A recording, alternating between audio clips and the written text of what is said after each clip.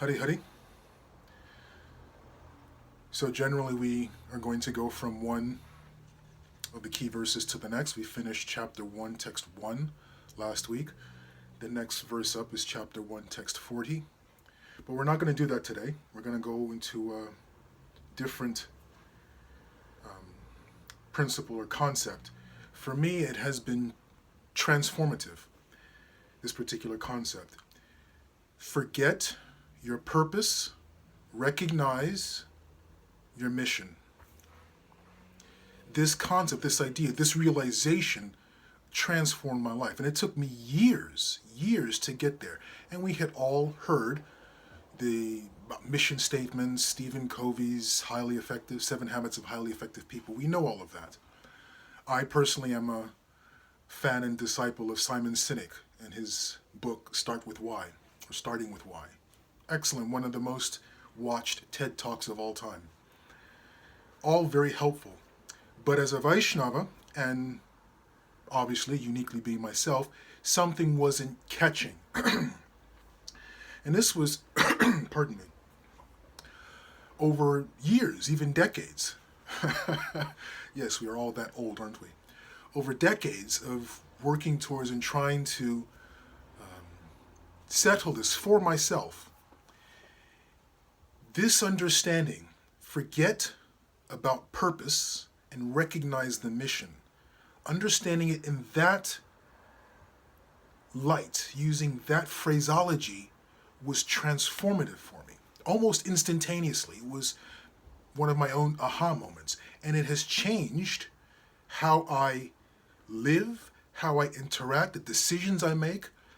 From that point forward has been a remarkable shift in how I'm trying to now live my life. I'm not saying I'm always successful, but there's certainly no doubt as I move forward, as I confront issues in life, as I try to live and be a good Vaishnava, person, devotee, husband, father, all these different things. The what to do is now crystal clear. The how is another thing. Having the courage to do it is also something else, but is very empowering for me when I have this understanding of recognizing the mission. So let's look at this. We have purpose. A lot of times we know the books and the self-help programs of finding your purpose. Don't use the word purpose. For Vaishnavas, I'm talking to Vaishnavas here. Don't use the word purpose. My recommendation is take the word purpose and toss it. It will not suit the purpose as a Vaishnava. Because purpose has the connotation of a beginning and an end, right? Something is created for a purpose. A screwdriver, even a plant, a living thing can have a purpose. Of a tree is to recycle oxygen, air, and carbon dioxide. When we use the term purpose, it comes with it the idea, the connotation of beginning. It was created, it come about because of it needs to do this. Once that purpose is no longer necessary, then that item, that object, that living being has no usefulness. So discard the term purpose. I think it actually is more of a disservice than not. Additionally, when we use the term purpose, purpose has a limiting connotation. This is the purpose of a knife. We have several types of knives to do several types of things. The idea of a purpose has limits. And we know from the Bhagavad Gita, Krishna spends the entire second chapter of the Bhagavad Gita saying, the soul, we are unlimited. So using the term purpose actually does not help. It is actually a distraction. So toss out this idea of finding our purpose. Recognize our mission. It's that movie, Mission Impossible with Tom Cruise. Very interesting phraseology there. Mission is not limiting. Mission can have a beginning or an end, but because the mission is complete doesn't mean the person is complete or the person ceases to exist. Another mission can be there. Mission gives scope. Mission broadens possibilities. Mission is active, whereas purpose is very passive. Bhakti yoga is an active process. Unconditional love is an active process. Purpose is sedate. Purpose is passive. Mission is active, just as bhakti yoga is active. For those of us who are practicing or trying to practice, trying to live the principles of bhakti yoga, we have to use the term mission. It most suits what we're trying to do. The recognition that love is an act, not a feeling, though feelings are involved, but it is an act primarily. So mission has that connotation. And then we have to recognize it. In other words, it's right before us. It is right before, our mission is right before us. The best example, the example I like to use, is Arjuna. In the Bhagavad Gita, Arjuna is supposed to go to war, and he is talking to Krishna, and Krishna is telling him, do your duty. Let's look at this for a second. Arjuna's mission, meaning Arjuna was uniquely suited for this activity. Arjuna was the most accomplished, capable, skillful warrior of his time. For anyone who was, if anyone was more suited to do the job of the time, that person did not exist. It was Arjuna. Arjuna spent his entire life unknowingly preparing for his mission. He spent his entire life having the skills and the abilities, the inclination, the temperament for this particular mission. But what is very interesting is that when the time came for him to be involved in that mission, to fulfill that mission, what did he do? He did not want to do it. He did not want to engage in the battle of Kurukshetra. And then we have the Bhagavad Gita. That's what mission is. Mission is right there before, and Krishna says in the Bhagavad Gita that if you do not engage, perfectly fine, but you have this inclination to fight, you're going to do it anyway. And we know when the five brothers of Pandavas were in the forest in exile for 13 years, what did they do? They went around and got into conflict to protect people, right? Killing demons here and there, everywhere. That's what they did. So whether they did it on the battlefield or whether they tried to run away to the forest, they were going to engage. They were uniquely suited. They were uniquely inclined for a mission.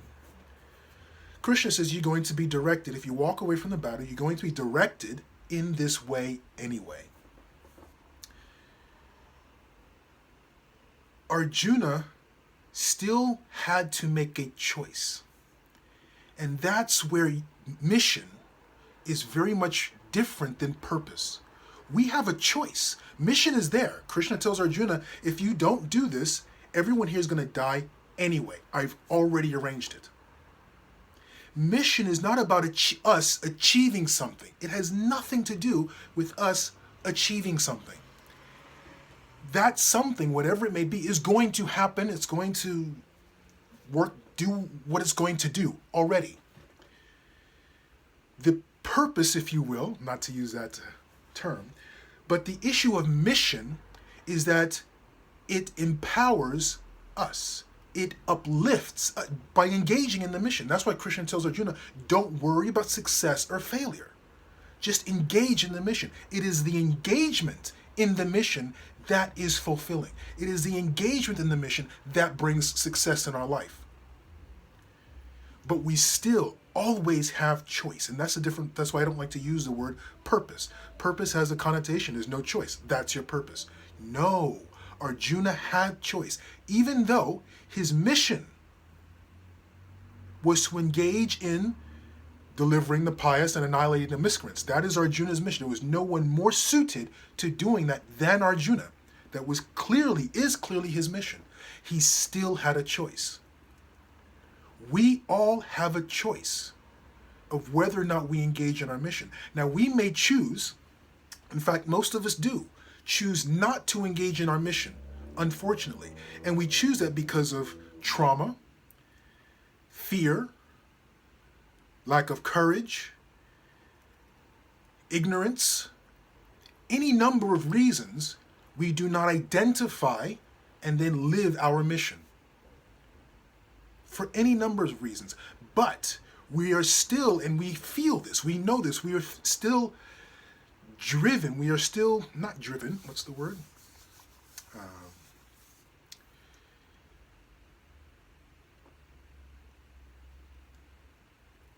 We still have a feeling, we still have this idea that we have a mission. We're here for a reason, we're here for a purpose.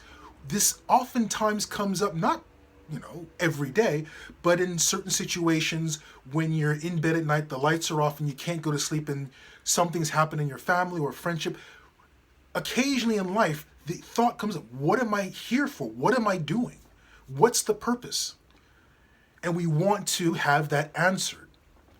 So we can choose, so to speak, or we cannot engage in our mission, not identify our mission.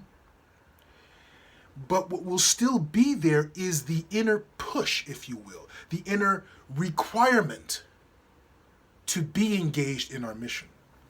So then the question becomes how do we identify mission? Mission is there, right? The Battle of Kurukshetra, Arjuna did whatever he could to stop the Battle of Kurukshetra. The Pandavas did, Arjuna did, whatever. They said, my dear Duryodhana, give us 5 villages. Keep the kingdom, keep the empire.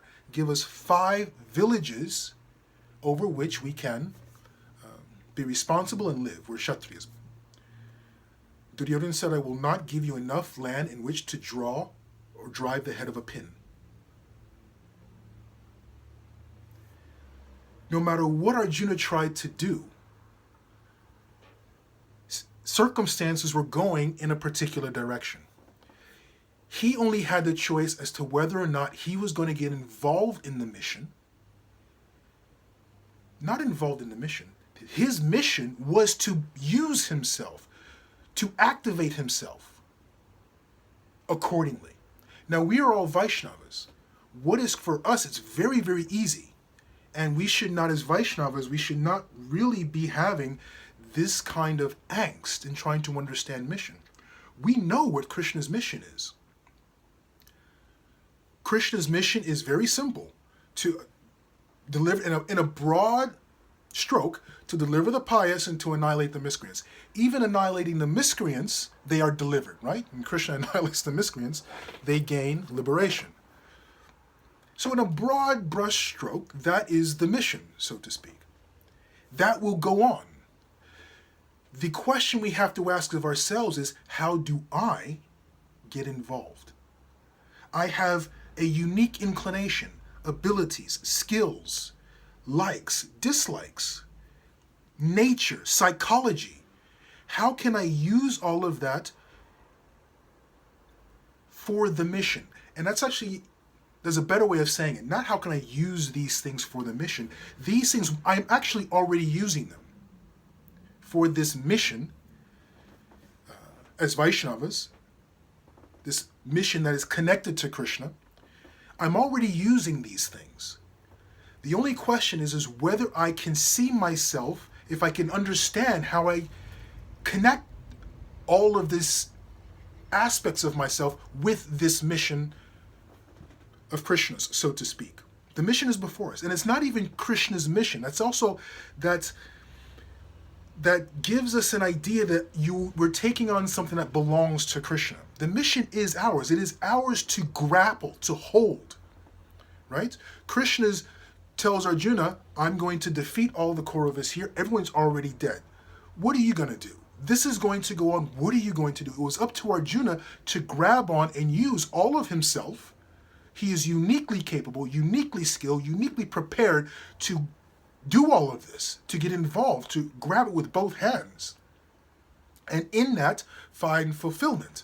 He had a choice to make. It's the same thing with ourselves.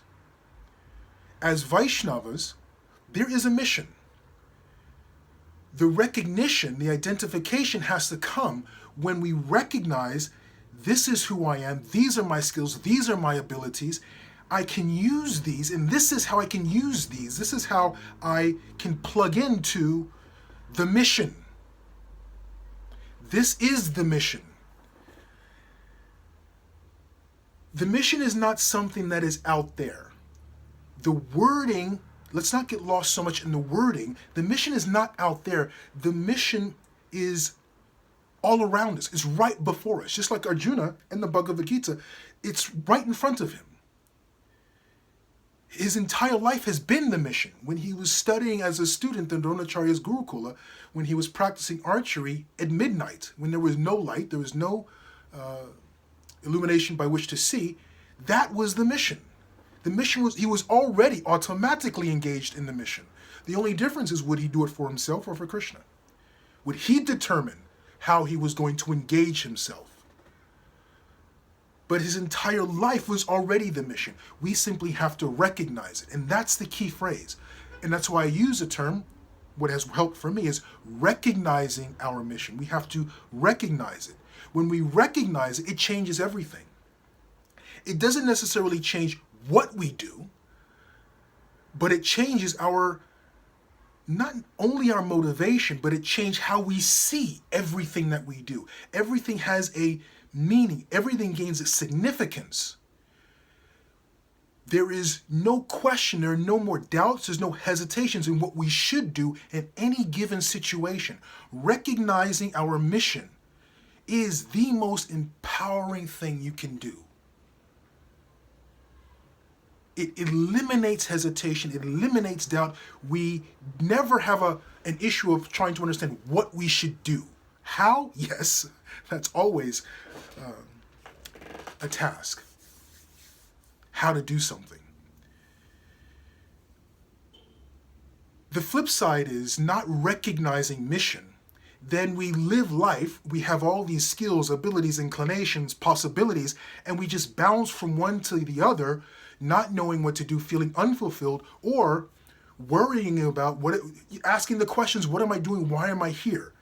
Even though our lives may be, at least externally, we have no problems, we may be well-to-do, the family is great, children are great, I have a wonderful career, and we're just going on from day to day, not feeling like you're actually not feeling empowered, uplifted, not feeling that every decision you make matters.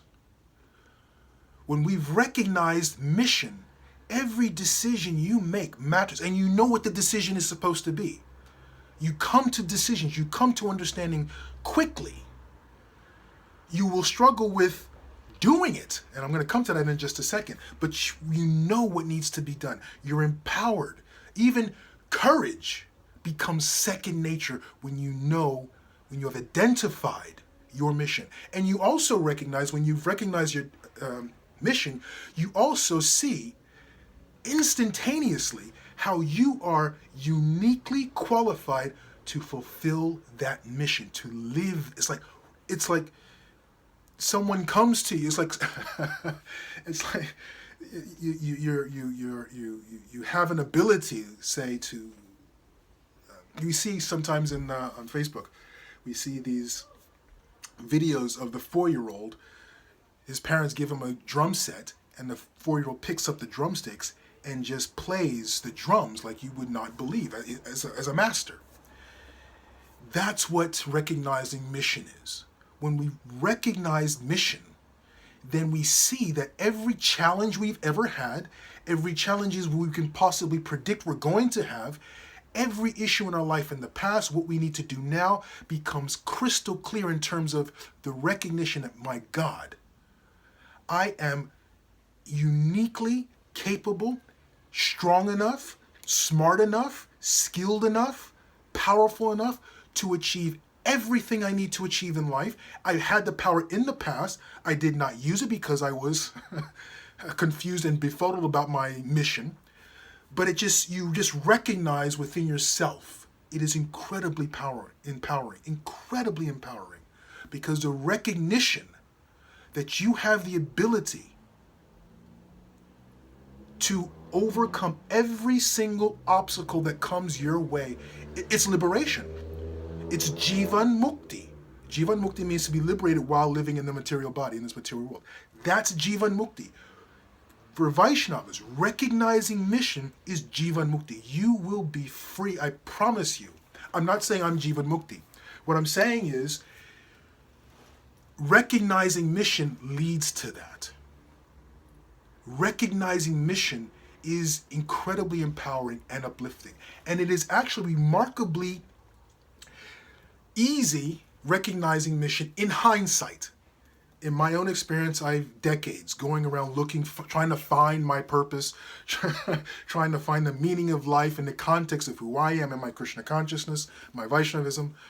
And it was a mess. It was a mess. Decades. I changed a few words, read a few books, continued to study, continued to literally ask and talk to Krishna. Krishna, what the hell? Forgive me, Father. You get my point. And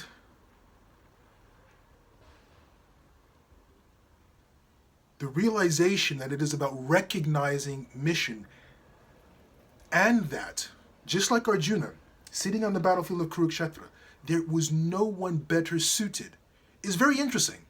There was no one better suited in that time and place to wipe out the Kauravas than Arjuna.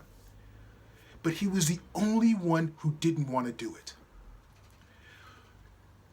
Do you see that? He was the best person for the job on both sides. He was as good a warrior as Bhishma, Karna. Those are the only two persons who could possibly be compared to Arjuna. He was the best person for that time and place. He was the only one who was getting ready to drop everything and walk away from his mission. Mission is about choice. You have to recognize it and then choose it. Recognition and choosing is synonymous in this instance, but you get my point. You have to choose it. That's why I don't for myself, use the word purpose. Purpose is not the nature of spirituality of the soul. The soul is unlimited. But there is always choice. There is always choice, and we have to actively choose mission. And even in the Battle of Kurukshetra, there were times when Arjuna got a little shaky, right? Krishna told him, you have to watch Bhishma. Bhishma was decimating the Pandavas. Bhishma was killing the Pandavas, 10,000 soldiers at a time. He was just going through the Pandavas like a scythe through wheat. And Krishna says, Arjuna, you've got to take care of him. You've got to, the entire thing, it was the 10th day of the battle. Krishna says, you've got to take care of him. You've got to deal with him. No one can deal with Bhishma. You're the only one that could possibly deal with Bhishma. There was Shikandi. Shikandi was born for the specific purpose, there you go, to kill Bhishma. And he couldn't do it. There had to be some kind of subterfuge for it to happen. Arjuna was the only one who could do it, and he was balking he was wavering in the face of his decision. And Krishna had to remind him, right? Krishna jumped off the chariot, picked up a wheel, and charged Bhishma. He needed a reminder. When we have that recognition of mission, we may need reminders. But we will also come to recognize that we are uniquely and specifically empowered for that. It is a marriage. Recognizing our mission is a marriage. It is, what's the word, the phrase? It's a soulmate. The recognition of who we are and our mission, it is a hand in a glove. Now, the last thing I'm going to say is, and this is for two things. This is why I was brought up the movie of Mission Impossible, because there's that phrase, Tom Cruise, his boss says, your mission, should you choose to accept it, is yada, yada, yada. And that's the situation we're in. We have a mission. We are uniquely qualified due to karma, due to Krishna's mercy, Prabhupada's mercy. We have abilities, inclinations, psychological, you name, whatever it may be. We are a particular unique package. And based on that, there is a mission for us in relation to Krishna. And we are uniquely and specifically empowered and capable of succeeding, not just engaging in it, succeeding in that mission. We just have to recognize it. And if we don't recognize it, we don't engage in it, and we go off and we use all of these same skills and abilities in something else, and then we live a life that is, I'm not saying unsuccessful, so to speak, but it doesn't have that level of fulfillment that comes when we are acting and living our mission. I'm not going to get into the world of depression, antidepressants, suicide. You know what we're talking about here. That's the difference between identifying mission and not. Hollywood stars who incredibly successful by every single measure, but have not identified mission. But we have to choose it. Bhakti yoga is all about choice. We have to choose it. Now I'm going to finish on this point. Mission is not something that, oh, it's wonderful. It's not flowers in our hair and prancing through the green meadows. The hardest thing you can do is live your mission. I refer to you to Arjuna. Arjuna's mission involved killing his grandfather. I'll say that again. Arjuna's mission involves killing his grandfather. Arjuna didn't have a father. Pandu died. Arjuna was raised by grandfather Bhishma. There was not a single person on the face of the earth Arjuna loved more than grandfather Bhishma. His mission involved killing grandfather Bhishma, his grandfather. The person on whose lap he played throughout his entire childhood. That was a person he had to kill. Wait. I'm not saying go out and kill people. You know what I'm talking about. And I'm not saying your mission is going to involve violence. Let's not get out of hand here. What I'm saying is finding and identifying your mission.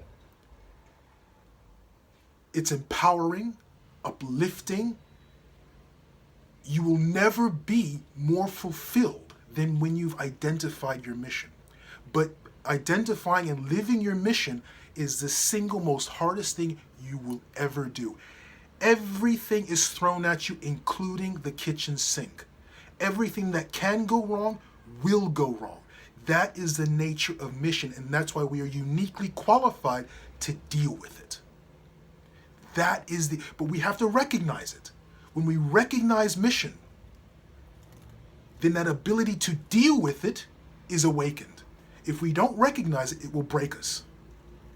We have to recognize and that's why we don't recognize our mission, because we recognize, oh my God, it's too difficult.